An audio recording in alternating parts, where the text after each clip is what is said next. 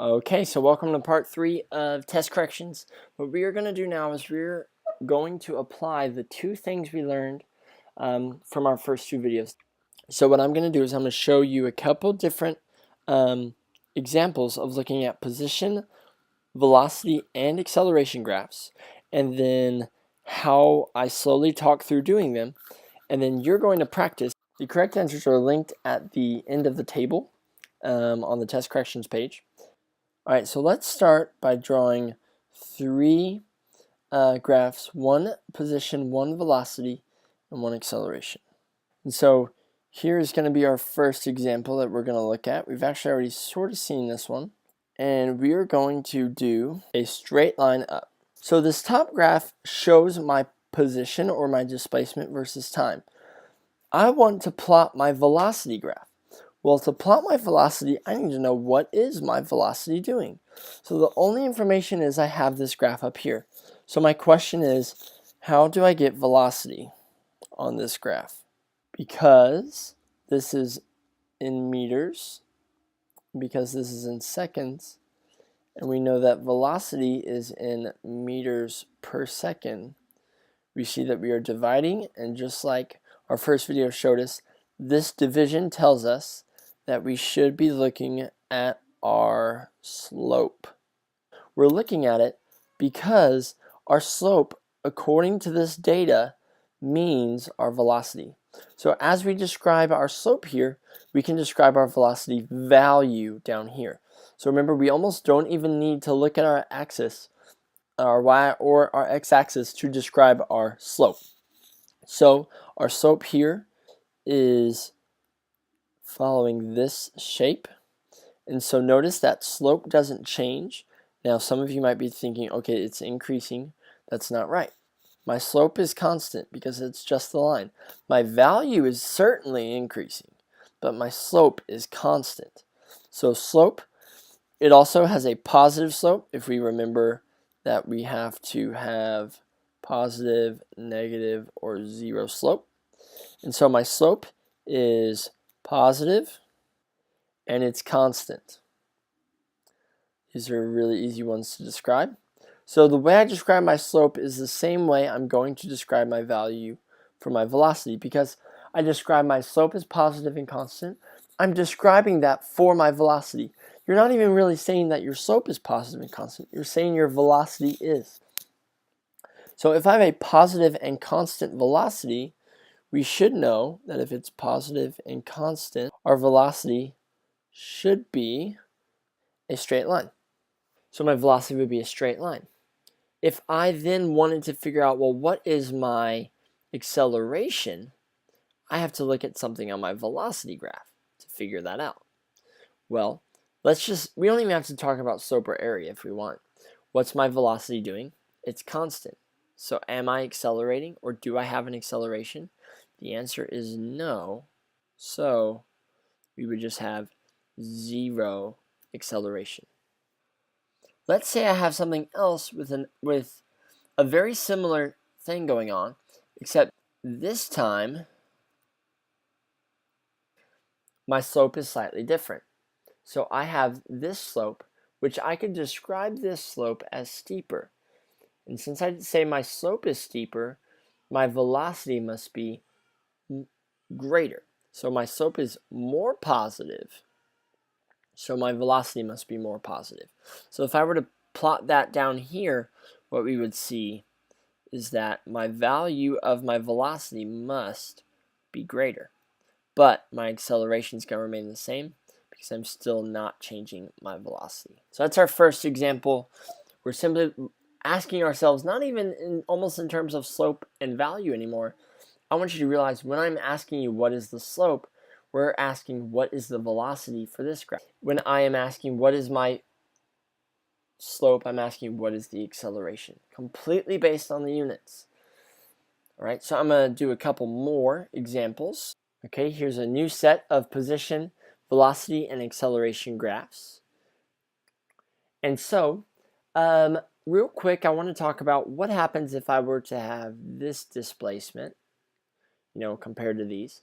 Well, notice how I would describe my slope here if I'm ignoring my axes, my slope is exactly the same as my slope here. It's positive and constant. So what I would find is that my graph is going to look very similar. So I would see a constant positive and then a 0 acceleration, because it doesn't matter where the value is on my displacement. So it doesn't matter where I'm displacing it, but it's my rate of displacement, which is my velocity. So I'm going to throw that in there. That's extra. Let's do a curvy one now, and let's try and describe it. So let's throw this one in here. So I want to find my velocity based on this graph. And so what do I need to see? Well, we need to look at our slope. Same pattern. So let's describe our slope. Over here, if I look at my different types of slope, we have positive, negative, and 0.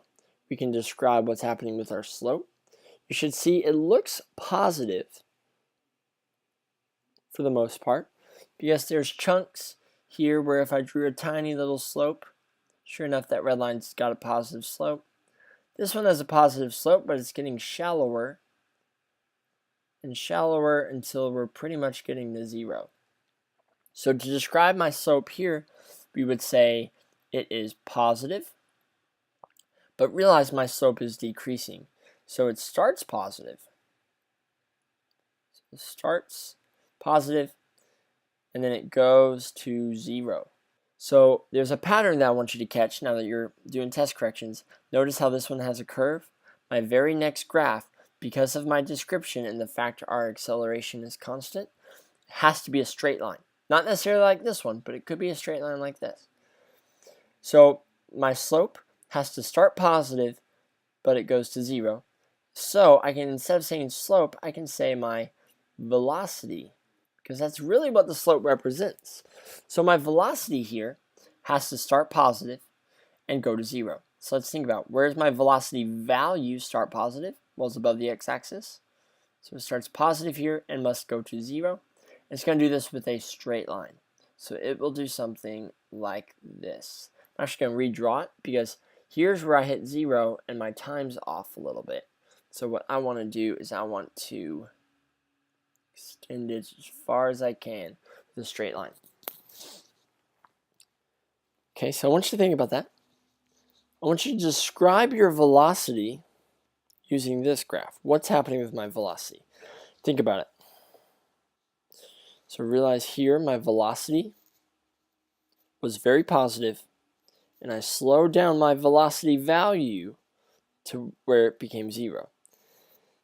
If I describe my slope up here, that also is my velocity. So really I'm describing the same thing. I started off going forward in the positive direction because it's positive displacement, but I eventually was coming to a stop. And so we see these are describing the same situation. I just have something different graphed. Now let's describe our slope here. So my slope looks like this one. We describe that as a negative slope. So my slope is negative. So negative, and it's a constant straight line, so it's a constant slope. Well, maybe the line's not constant. The line is angled, but it's a straight angle line, so my slope is constant. But if I'm looking at a velocity graph, slope, I don't even want you to say that anymore. I want you to say that's my acceleration. My acceleration is negative and constant. Therefore, my acceleration graph should look something like this. Negative and constant. So I want you to see how, well, really why we were originally talking about slope and value. The trick is that we need to see that when I'm talking about my slope, I'm not even talking about my slope, though that's mathematically what this is on a graph. I'm talking about whatever the slope of that graph represents. On a distance graph, it represents velocity. On a velocity graph, it represents acceleration. For our purposes, we don't have anything to do with acceleration, the slope of it. We can go backwards though. The way my value is here, my value is negative and constant. my slope here is negative and constant. All right, so we're going back and forth. So let's do that example real quick. Let me draw some.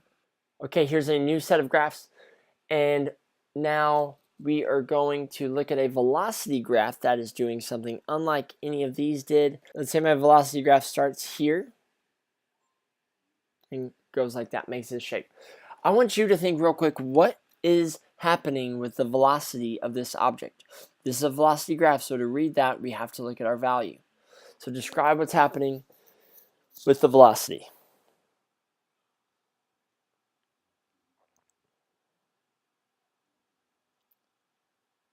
All right, so what we should see is that my velocity starts at 0. My velocity starts at 0. Another way to say that, I start not moving, and so I now have a negative velocity. It's a straight line, but it's at an angle, so I do have an acceleration. Let's look at our acceleration. So here's something interesting. This slope, so remember, our slope of this graph represents our acceleration. So as I describe my slope, which does not require these axes to be in any specific location, that's how I describe my acceleration. Well, if we were to describe this, go look at our slopes, it looks like this one. So that is going to be a negative slope. So it's going to be negative, and it's going to be constant. That's how I describe my acceleration. So now I need to plot that, negative and constant. Sure enough, this acceleration graph looks a lot like this one.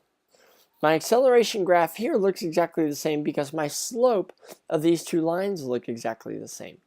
Notice how the values are totally different between these two graphs, but the acceleration is exactly the same because both of these are accelerating in the negative direction, aka I have a negative slope. All right, so we can expect sort of our displacement graph to look similar. It's actually going to be curved because I'm changing my velocity. But now let's describe my value. We haven't done this yet. Let's describe, that was weird. Let's describe my value. How does it start? So my value starts at 0. My value becomes negative. So my value starts at 0. It's negative value, but it's negative. I'm describing my velocity. So my velocity is getting farther away from 0. So it's becoming more negative. But remember, what does my value of this represent? That's my velocity. So if I want to plot on this displacement graph, I need to realize what is my velocity, because this is now velocity. Well, realize the slope of my displacement graph is velocity. So as I describe my velocity here, I have to do the same thing with my slope. So my slope is going to start with 0. It's going to become negative, and become more negative. And I'm going to get rid of these lines. That way we're not distracted by those while we're drawing our slope. We're going to draw our slope of this graph. Let's just say we start right here. We need to start with 0 slope. So we start with a flat line. And we need to become negative. What's the negative slope look like? Well, it looks like this over here. That's our negative slope. And so I need to become negatively sloped, but I need to become more negative over time.